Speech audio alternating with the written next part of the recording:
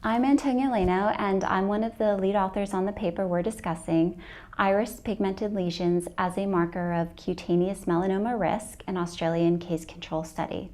So we did this study because melanoma is one of the most common cancers in the world, with more than 200,000 new cases diagnosed every year globally.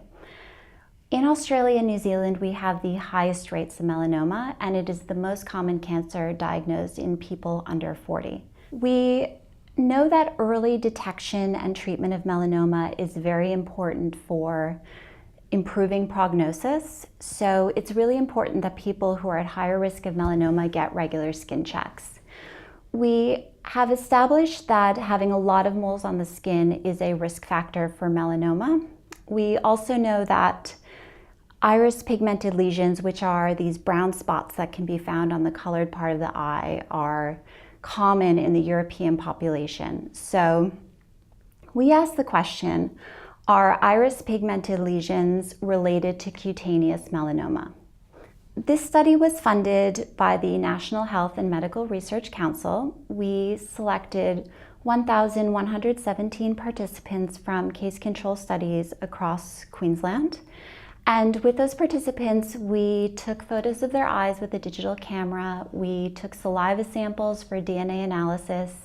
We got their medical history, their sun exposure history, and then we had a look at their skin.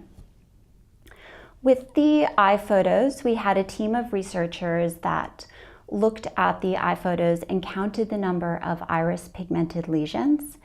And then with that information, we looked to see if the affected cases, so the people who had a history of melanoma, had more iris pigmented lesions than the unaffected control participants with no history of melanoma. What we found is that the presence of 3 or more iris pigmented lesions increases the risk of melanoma. In Australians, in our participants, 40 years and younger, that association was even stronger, and the risk of melanoma was 1.8-fold higher with the presence of 3 or more iris pigmented lesions.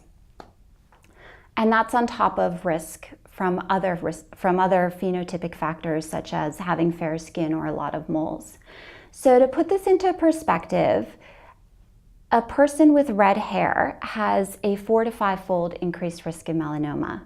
If they then also have 3 or more iris pigmented lesions, that further increases their risk. So it's really important to look and see and really assess a person's full risk of developing melanoma. Why is this study important for dermatologists and GPs?